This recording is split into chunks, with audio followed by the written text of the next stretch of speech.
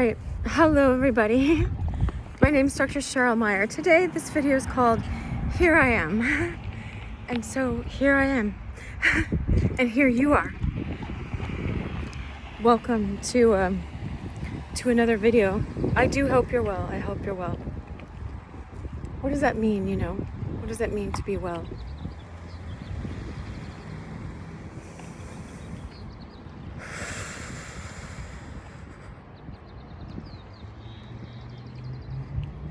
That's it. Here I am. You know, our egotism will say, you have to have all these things ready. You have to be super religious and have everything in line. And look at this. Here's the answer again. I've seen these before, but I hardly ever see it, you know. Look at what's on the sidewalk. XX. Right? Nope. All you have to do is die to yourself. That's the X and the O. Come back to the oneness, right? Watch. If you want to see it, and I welcome all religions, in this sign of the cross, here's the X. Here's the cross. Die to yourself every day. Come back to the oneness. XO. Hugs and kisses. You know, the thing I wanted most in childhood. All of us do. We want the love. We want the embrace. We want the welcoming. We don't want the rejection, right? But just accept the rejection in the world. Accept it. I kept thinking of bullies this morning because I noticed this bully in myself, you know, this bully in myself that says, I don't want to die. I don't want to die. I don't want to say here I am and mean it. I don't want to come here and just be bare, be nothing, no thing, you know. There's another Elliott song. He's, everything means nothing to me. And it goes up the scale, right? And it's like everything means nothing to me. Let it go. Let it go. And I know, I mean, I won't say it. Someone was bullying me the other day, but I don't want to give that attention. It's just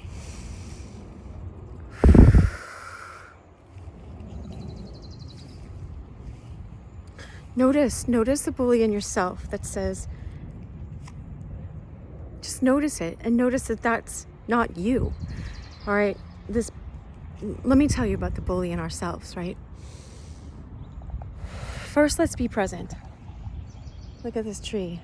You hear the bird? Oh, it's over there. It was raining, so I'm not going to sit down.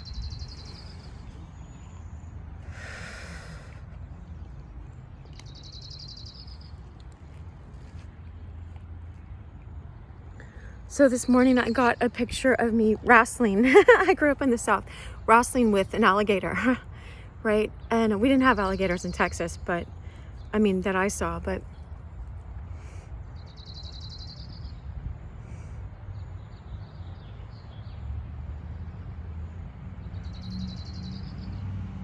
there's this part of yourself that keeps saying, I'm the boss. I am you.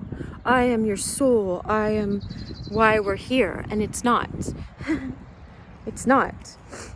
It's the little I. It's our egotism. It's our mind that wants to control. It's the collective consciousness. It's this part of us that says, I want to prove myself today. I want to know that I'm worth loving and accepting and all of that stuff, right?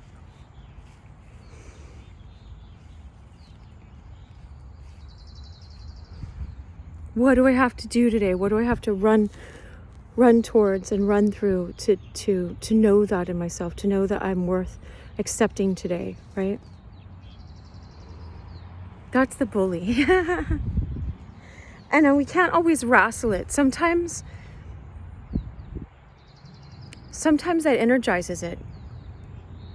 So we got to just withdraw our any energy from it and see, is that me? Who is that? Okay. I'm not just talking nonsense words, all right? It will seem like that's a part of you, okay? Ask yourself, who is that I that's saying you have to prove yourself?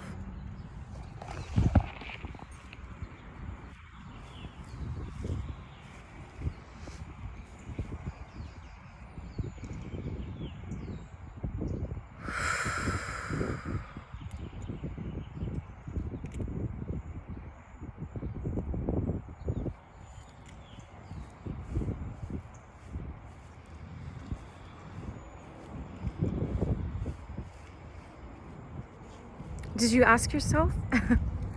Because I just made everything blank and I asked myself, you know, and I'm like, I don't know who that is, but it's not me. It's not me. And so Samuel was a prophet. You know, his mom couldn't get pregnant. And this other woman, I forgot her name. It's a Hebrew name, right? But it starts with a P. But she kept making fun of her and being like, ha, ha, ha. Because this other woman her husband had 2 wives. I don't recommend that, right? Really makes things messy. But I don't know why they did back then. Maybe his brother's wife had died or something. Sometimes you would take your brother's wife so that you could carry on the family name. It was weird back then, all right? So I don't recommend that. But anyway, so there was this other wife, which is like a nightmare in my eyes. Like never mind. I don't have to go into that. But it's like a woman's nightmare. Let me tell you, all men that are watching this. I don't know why a man would ever choose that, but don't get stuck in that part of the story, right? So this woman kept having babies and she kept making fun of, I think Hannah was her name, right? Yeah, Hannah's song, Hannah. And she was finally praying and asking God for this. And the priest in the temple thought she was drunk because she was so adamant about asking God for a child. And then she had Samuel, right? But she said, you know, and watch what you say to God, you know, watch. I'm trying to be very careful. I always say, with God's help, I want to do this. With God's help, you know, I lean it on God. I can't hold it myself. And so she finally had this son, but she had told God, like, if you give me this son, I'll let him go serve in the temple, you know. And so that's where Samuel came from. And Samuel had never, like, let's fast forward a little. He grew up and had never heard God speaking prophetically before.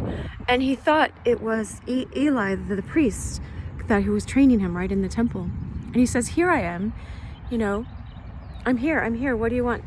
And then he's like, I didn't call you. And it happened 3 times, you know. And so finally Eli perceived, hey, this is God. So this is what you do when God is calling you. You say, here I am. I'm listening. And that's it. It reminded me of Meister Eckhart. And that's why I say it doesn't matter what religion you are, is you can take from this. You can understand. Take what's yours to take. Meister Eckhart said, if the only prayer you can say is thank you, then that's enough. That's enough. Your egotism will keep going, oh, when I look like a religious person, when I get my life all together, when I let go of all these other things, right? Oh, it smells so good, this tree.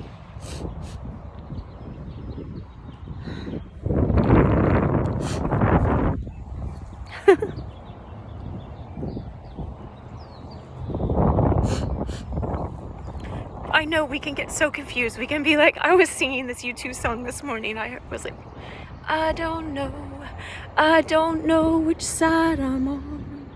I don't know my right from left or my right from wrong. I'm getting the tune off a little bit. You say I'm a fool.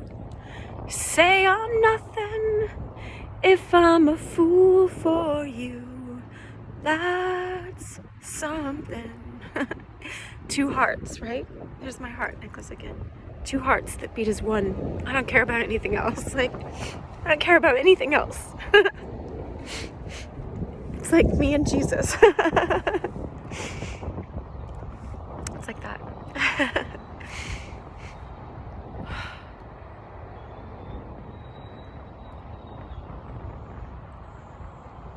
Because what else matters? What else matters?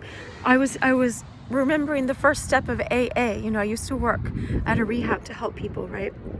Always helping people. It's like, no, let go of that.